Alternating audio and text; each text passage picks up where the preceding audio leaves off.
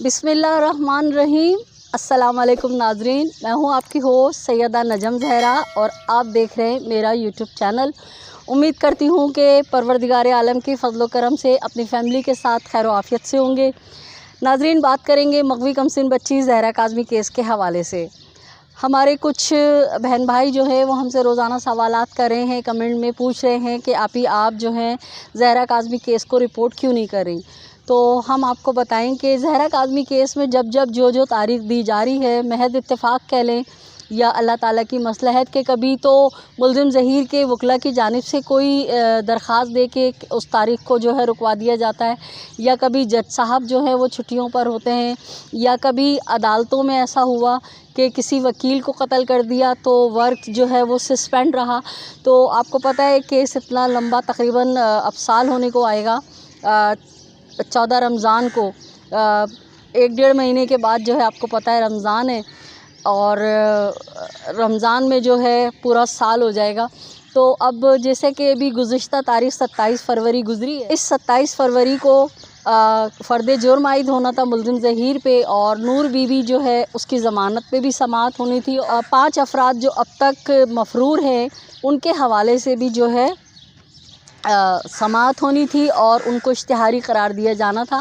लेकिन जहाँ तक हमारी मालूमात है और हमें ADJ 7 इलियास मेमन साहब का जो स्टाफ़ है उन्होंने बताया कि जज इलियास मेमन साहब जो हैं वो शदीद अलील हैं, सीरियस किस्म का हार्ट अटैक आया है।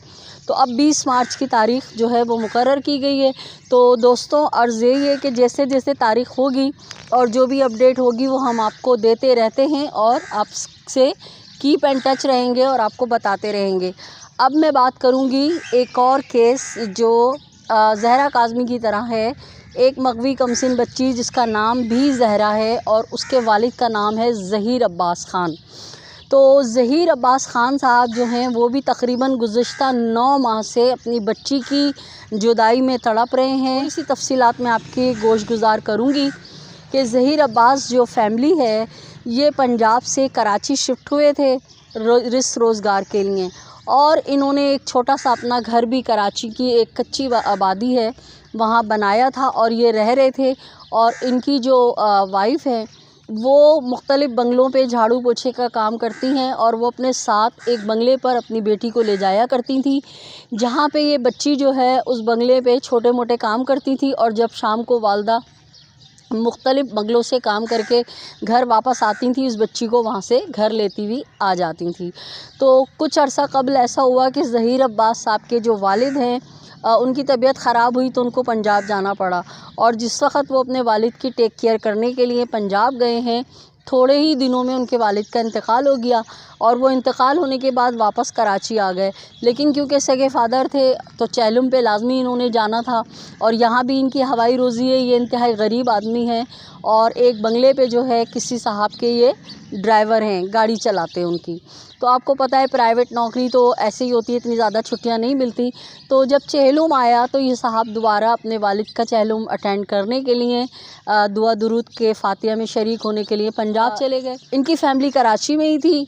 एक रोज़ इनकी जो बेगम है, वाइफ़ हैं, वो रोज़ के मामूल की तरह अपनी बच्ची को बंगले पर लेने गई तो पता चला कि बच्ची गायब थी। इन्होंने अपने शौहर को इत्तला दी और शौहर जो है वालिद के चहलुम को करते ही अगले दिन कराची वापस आए और मुसलसल अपनी बच्ची की तलाश करते रहे। तो 3 दिन तक 4 दिन तक जो हमारी पुलिस का रवैया है वो उनको गोल गोल घुमाते रहे और बच्ची को जो है बाजियाब ना करा सके। खैर, ये था, थोड़े ज़हीन आदमी थे और ताल्लुकात, जिनके बंगले पे ये काम करते थे वो ताल्लुकात वाले लोग थे, उन्होंने इनकी थोड़ी मदद की वजह से फिर इन्होंने उस शख्स का पता चला कि बराबर वाले बंगले में कोई ड्राइवर है जो इनकी बेटी को लेके भाग गया, जो पहले से शादीशुदा है, और इनकी बेटी जो है वो तकरीबन 13 साल की है। और इन्होंने जो है मालूमात की, क़स्सा मुख्तसर ये कि उस शख्स को इन्होंने पकड़वाया भी, लेकिन हमारी पुलिस ने जो है उसको भगा दिया, और वही फिर पुराना तरीक़ा कि व्हाट्सएप पे निकाहनामा और इस तरह। और फिर ये हुआ कि इस बच्ची को पहले डिफेंस में फ़रोख्त किया गया इन वालिद के मुताबिक जो इन्होंने हमें बताया, और उसके बाद पुलिस ने जो है उनको यहाँ से फ़रार होने में मदद की और ये लोग सक्खर कहीं जाके बच्ची को लेके छुप गए। और वहाँ से फिर बाद में इन साहब को फ़ोन आए कि अगर आप हमें पैसे दो तो हम आपकी बच्ची आपके हवाले कर देंगे। तो ज़हीर अब्बास साहब ने हमें बताया कि इनका एक घर था कच्ची आबादी में जो इन्होंने तकरीबन 7 लाख का बेचा। वो पैसे लेके ये वहाँ बच्ची के पास गए हैं, तो उन्होंने बजाय इनको बच्ची देने के इनको मारा, इनसे पैसे भी छीन लिए और कहा कि ये वडेरों का इलाका है और डाकुओं का इलाका है, यहाँ तुम्हें ना गायब कर देंगे, पता भी नहीं चलेगा। कुछ तरह की धमकियाँ दी और ये रोते बिलखते वापस आ गए। तो नादरीन, उसके बाद से ये केस जो है मुस्तकिल ये फ़ॉलो कर रहे हैं और इस केस को भी जिब्रान नासिर साहब देख रहे हैं।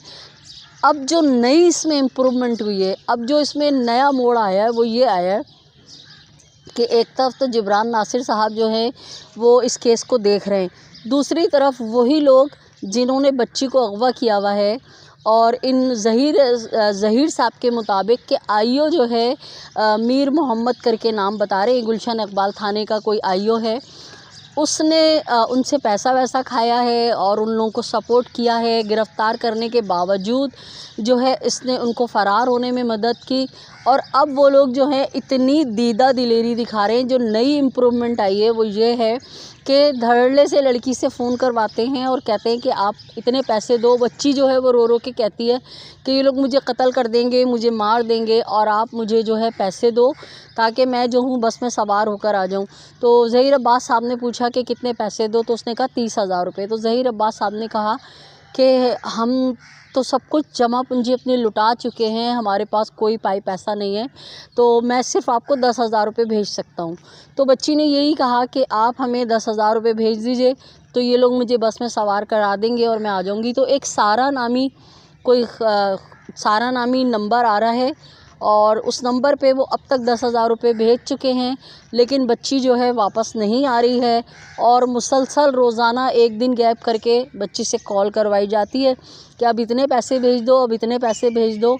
अब ये गरीब आदमी है, बताएं आजकल हर किसी के हालात इतने बुरे हैं, कोई किसी को उधार भी नहीं देता, लेकिन ये गरीब शख्स 10,000 रुपये भेज चुका है और ये सारे सबूत थाने में भी दिखा चुके हैं, फ़ोन नंबर भी दिखा चुके हैं, अदालत में भी जमा करा दिया है, लेकिन अदालतों से तारीख़ पे तारीख़ मिल रही है। पुलिस इस सिलसिले में उनकी कोई मदद नहीं कर रही है, जबकि पैसे रिसीव होने का मैसेज उन्होंने मुझे भी भेजा है, जिब्रान नासिर साहब को भी दिया है, जिब्रान नासिर साहब ने अदालत में भी जमा कराया है। तो नाज़रीन, आपसे सिर्फ़ ये बात शेयर करनी थी कि इस मुल्क का समझ नहीं आ रहा कि क्या होने वाला है, कि कोई निज़ाम अदल ही नहीं है, यहाँ गरीब की कोई सुनवाई नहीं है, यहाँ गरीब से कि कोई है ही नहीं जो गरीब की मदद करे। तो अब देखें, वो रोज़ाना बच्ची से पैसे तो मंगवा रहे हैं लेकिन बच्ची को रवाना भी नहीं कर रहे हैं और दीदा दिलेरी देखें कि धड़ल्ले से वो नंबर भी अपना दे रहे हैं ईज़ी पैसे का, कि उनको ये खौफ भी नहीं है कि हम पकड़े जाएंगे या अदालत में सब सबूत होंगे। तो आपसे ये इस बच्ची के केस के हवाले से सब बातें आपसे डिस्कस करनी थी। मेरा प्रोग्राम था कि मैं ज़हीर अब्बास साहब को लाइव आपके साथ बैठा के जो है आप लोगों के साथ लाइव करूंगी, लेकिन क्योंकि इंतहाई गरीब पसमानदा शख्सियत हैं, एक बंगले पे जो है बेचारे अपने साहब की कार चलाते हैं, तो उनके पास टाइम नहीं है। अगर मुझे रात में टाइम मिला और क्योंकि वो शाम में रात में थोड़ा फ्री होते हैं, तो मैं इंशाल्लाह उनकी ज़बानी आपको फ़र्दर तमाम तर डिटेल जो है वो दोबारा से सुनवाऊँगी। एक बच्ची और है, ज़ैरिश क्रिश्चियन बच्ची, जिसका केस मैं पहले भी मैंने रिपोर्ट किया है और मैं उसका भी आप लोगों को उनके वकील जो हैं हसन आफरीदी साहब, उनके साथ बैठ के आपको अपडेट देती हूँ। उस बच्ची के साथ भी यही हो रहा है कि कई महीने हो गए हैं, सगा खालू बच्ची को लेके गायब हुआ है, ना अदालत में पेश कर रहा है और ना ही वालिदैन के हवाले कर रहा है।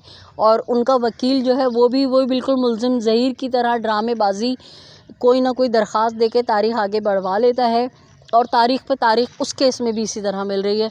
तो नाज़रीन, ये हमारी अदालतों का हाल है और ये हमारा निज़ाम अदल है।